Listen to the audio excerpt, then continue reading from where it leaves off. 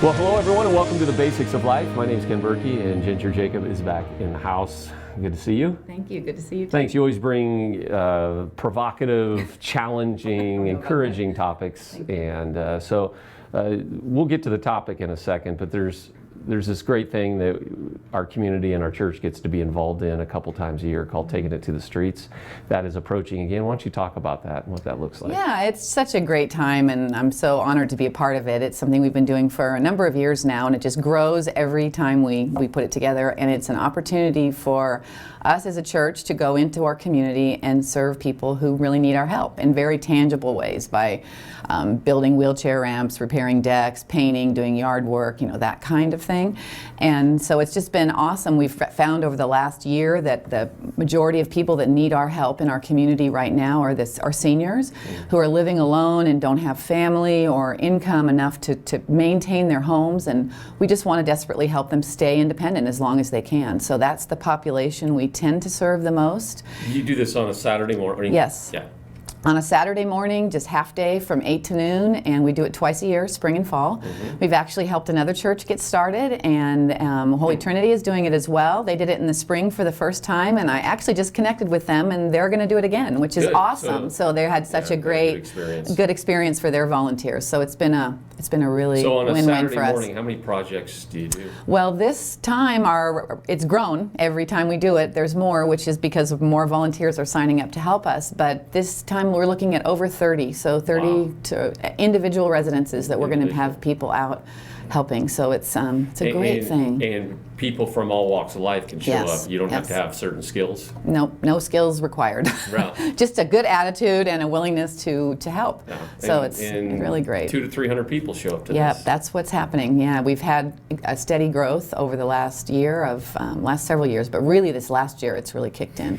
Talk about the impact, first of all, this has on the people you're serving, because this isn't just, hey, we needed something to do on a Saturday morning, so we raked your leaves. Not that that's not important, but there's something deeper going on, the impact it has on the people you're serving. It's so much more than the task, and we just want to continually remind our volunteers that, because this is an opportunity for you to connect with someone who most of them are alone and really just don't feel cared for. So to allow someone to come and perform something tangible for them and connect with them lets that individual know that they matter.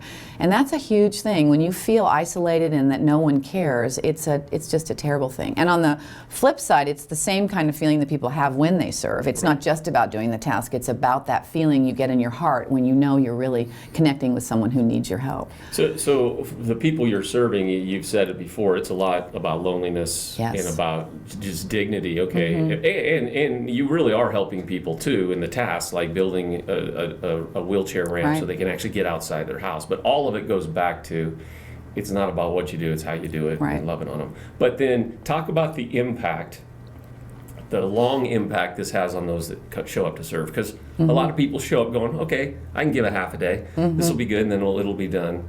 But it has a ripple effect after this day. Yes, it does, and I think it's because we are all wired up to serve, and for those that have never done that before, it makes you like it. It makes you feel good. It gives you purpose. You can't imagine your life without it. So what it typically does, it propels people into another part of serving, something they really wrestle with. Okay, now I've done this. Wow, now what do I really want to get involved in? And it really is a launching pad to a deeper level of service, which is awesome. So this is like an entry drug. Yes, it is. It is. Because, as you said, we were created. God created us to serve, and so then people go, well, I don't want to wait till the next Taking It to the Streets, so then they get involved. So let me ask you a question, Ginger Jacob, Director of Community Care at Green Valley. Why do people get in seasons of life where they don't serve, or why do they just never serve? Why is that? Well, I think there's a number of things, but one of them that I think is most common is hiding behind the busyness of life.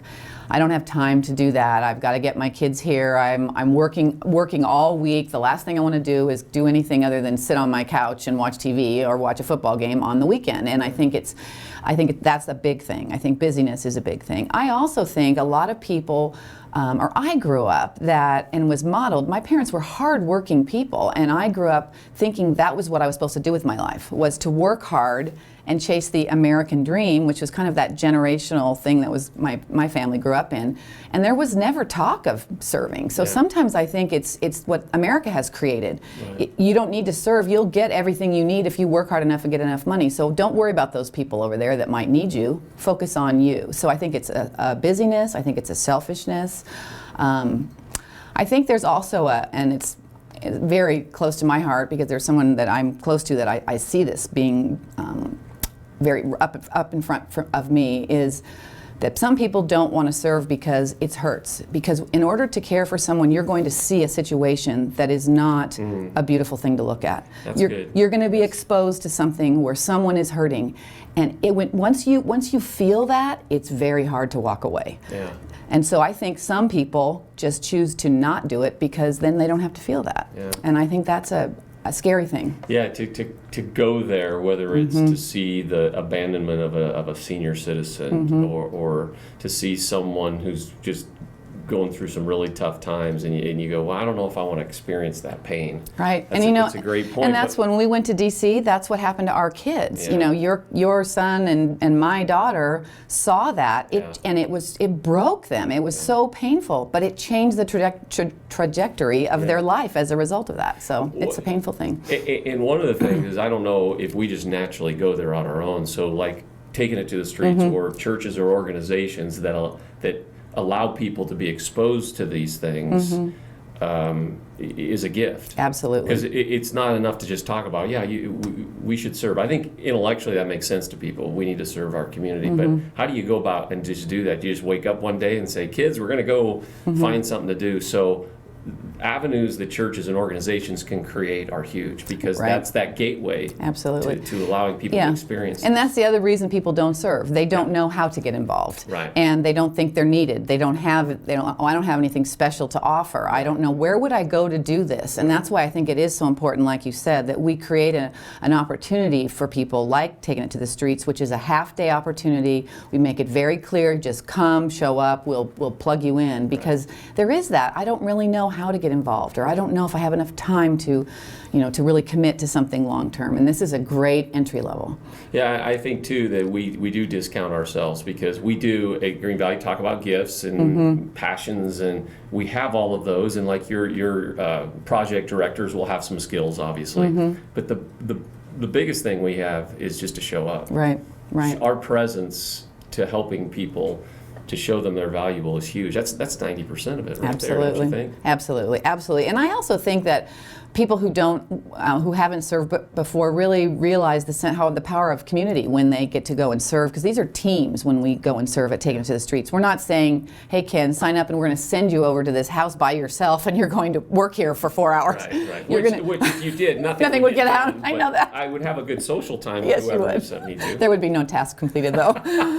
So we won't do that. But we send people in teams, which is a great thing, because people are meeting new people, and they're doing something away from their normal work everyday job, and that creates a great sense of community. I hear it over and over again about the people that said, wow, I signed up and I met all these people. So then when they come to church on the weekend, or they're in the grocery store, they see someone, wow, there's Joe, I served with him at that project, and I know his story. So and especially, I'll just speak as a man, as men, we do better building relationships doing something. I agree with that. Rather than put us around a table and talk about our feelings. Absolutely. No, some of us are better than others. So you just mentioned 3 wins to serving. First of all, obviously we're helping someone that the scriptures mandate. We help widows and orphans and shelter, and that's the mandate. But the second one is how it feels in our heart, because we were really created to give. Jesus said it's more blessed to give than to receive, which is so not American. But absolutely. But when you do, you exercise that gift. You go, well, so that's the second win. The third win is you build great relationships. Absolutely. We're doing this together. Absolutely. That's awesome. So what would you tell people out there, or what's your challenge then to this? So, because this probably makes sense, again, intellectually it makes sense, but what should we do? What steps should we take? Well, I think it's important to just get out there and do it. And I encourage anyone to try something, to really try and get involved in something, whether it's serving at the upper room or coming to our common ground on Saturday mornings. It doesn't have to be taking it to the streets. There's lots of ways, whether you want to give an hour a week or a few hours a week and become a big brother. Just try something. And that's what my prayer about taking it to the streets every time we do it is those people that have been coming to church every weekend for a long time and just leaving and not getting involved, that they would just try this, try something, because I guarantee your life will change. I really feel that we were all created for a purpose. It gives you purpose when you serve. I was talking to my husband about why he serves, and in addition to him telling me that I make him serve. Yeah, well, that's number one. That's number one. He's guilted into it. Ginger tells him to. He has to. But he said, I work all week, but this gives me a purpose where I feel like I'm making a difference. That's the other thing I think, is that we were created to make a difference. I don't think we were created to just collect and be all about ourselves. And so if he feels like he's making a difference, he's in community, he's learning about people that he would never know in his everyday life that now he knows and cares for, I think, and it also propels you into other areas. Like, the group he serves with was able to help someone within their serving group that needed some assistance that never would have happened if they hadn't been serving together. So I think that's a huge thing. There's a lot of benefits from it. It's interesting you say about, well, we go to work and we maybe do good things in our work, but there's something different about when it's a volunteer. Absolutely. So we have men showing up on Monday and Tuesday nights at Green Valley fixing cars in our car ministry, and a lot of them are mechanics. So during the day, they're getting paid to fix cars, but they'll tell you fixing those cars on Monday and Tuesday nights is a much greater reward. Right, and it is interesting that sometimes people serve in the same area that they do work in, and it is a completely different thing, like you were saying. And sometimes they want to do something completely different, which is really which is both therapeutic, because they may not. But if they like their job, it's still interesting that there's still a greater reward. Right. So, and it's also life experiences. Sometimes you can get even deeper into that talk about people serve because of an experience they've had. We talk about the horrific side of sex trafficking, and people choose to get involved in that because they've seen it, they've read about it. That's another reason people end up serving, is they've been exposed to something, or they've experienced a loss, and so they want to give back to the people that are now experiencing a loss. And so there's lots of different things that trigger people that really make them want to get involved. Yeah, we talk about it all the time at Green Valley, that we have giftings. Obviously, everybody's wired up. Some are good at this, some are good at that. But there's two other areas that you just mentioned that are really the key, and that is, what are you passionate about? Because everybody's passionate. Some people, we got Eldon, who's passionate about the elderly, and he's elderly, but he won't admit it. But you got other people passionate about sex trafficking, or about youth, or at-risk youth, or children. But it's passion and experiences, kind of. If you're trying to figure out what you should do, those are good questions to ask. What do I think about a lot? I know. I'm passionate. So go back to you. When's the first time you served? Can you remember? You said you came from this kind of background, and then college, and then career, and then do you remember a time where it was like, or was it a subtle change? I really don't think I really thought about it until I came to Green Valley, honestly. Other than, I gave to my family, of course. I was very involved in all the things that people do in all their sports, and I was a Brownie leader, and, Ron coached, and I drove swim team bus, I did all of those things. That's where I felt like I was sacrificing my time, was really investing into my children. I volunteered in their school, all those kinds of things. But as far as really doing what Jesus challenges us to do, to really feed, clothe, the hungry, and really take care of the elderly, and all of that. None of that was ever. I never thought about it. I really didn't. And it's sad to say that I was in my 40s before I came to Green Valley and saw, oh my gosh, this is what I'm supposed to be doing. But see, I wasn't. That's the other thing I think. As a Christ follower, if you call yourself a Christ follower, you cannot really ignore the teachings of Jesus, who says this is what we're supposed to do. And that's when I was talking to my son about this, and he was saying, Mom, if you believe what Jesus said, then it's obvious. It's really simple. It's hard, but it's simple what we're supposed to do. So I just don't think that was ever modeled for me. I didn't grow up in church until I came to Green Valley and saw, wow, this is what we're supposed to be doing. And then you can't imagine your life without it, because that is what we're all about. So you bring up a great point, because and not to downplay, we should serve our children and do help in the areas. I mean, parents should be involved. The more involvement, the better, to a certain degree. Right, I agree. And my wife and I were always involved in our kids' life. So you should do that. We're not saying you shouldn't, but there is something different, because there still is a little selfishness there. Absolutely. Because, hey, this is my kid, this is my... But when you go out and kind of serve anonymously, or serve someone that is not, there's no connection except this is the right thing to do, it's a different kind of experience, and it does something different to your heart. It does, and I think that's the best thing you can do as far as modeling for your children. Yeah. Well, not to make them think that they're the only thing that matters, which is what I think my husband and I did for a great part of our life, is it was all about the kids. And so they grew up thinking, well, it's all about me. And then when we started going to Green Valley and they saw a complete change in our lives, their parents, now they will say, wow, you have had a huge impact on us and what we've decided to do with our life as a result of not so much what you said, but what we see, what you're doing, and you're really acting out what Jesus said we should be doing. So, but that was not the first part of our lives at all, and I think it's easy to be that way. It is. It's sometimes it's even easy to be that way in the church world. I know with my son. I mean, I coached Little League and basketball, but when we went to DC and it was no longer about him, that we had to serve people, that there was none. I mean, it changes our kids. It's a great model for our kids. You're right. And I'll never forget that, because when our daughter wanted to go to DC, the only reason that my husband went was because he was afraid for her, and he said, "I'm going to go with her," and it changed his life dramatically, and hers, and it changed. It really, that was probably, when I think back, that was really set our family on a different trajectory. Was that trip to Washington D.C. that year, so many years ago. So serving is dangerous, because it will change your life. Yes, and that's probably another reason why I'm comfortable. Do I really want my life to change? But over and over we see it is so much for the better. Absolutely. Shoot, we're running out of time. I got one more story, but you wanted to read something. I just want to read something that I thought would be... Is that a good way to end it? Yes. Okay, so let me tell one more story on this.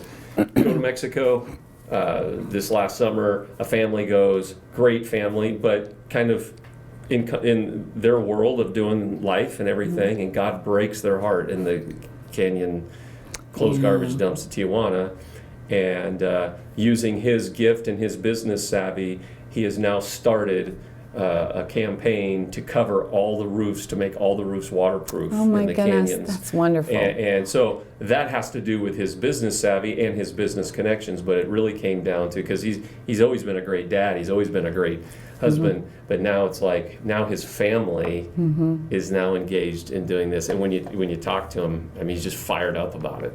But again, he let his heart break. Right. You have to let your heart feel, and that is because then you have no choice. You really don't have a choice, but you could also live your life without letting that happen. So that's so cool. He used his giftings. You don't have a choice, but then all of a sudden you have this amazing new purpose. Right. So go ahead. I'm sorry. Yeah, I just wanted to read that.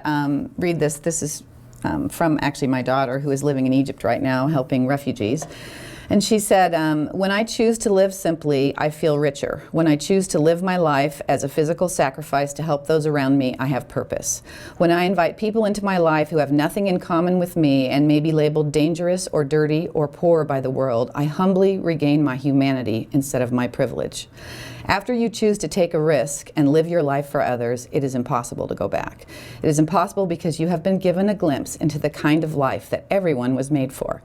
That life is one of deep sacrifices and deep hope, real love and real pain, harsh injustice and passionate struggle, and above all, that life is one that reminds you how small and insignificant you are and how big and great God is. Wow, it's good stuff. Yeah. So next topic, when we do this show again next month, is simplicity. Yes. Simplifying our lives. Right.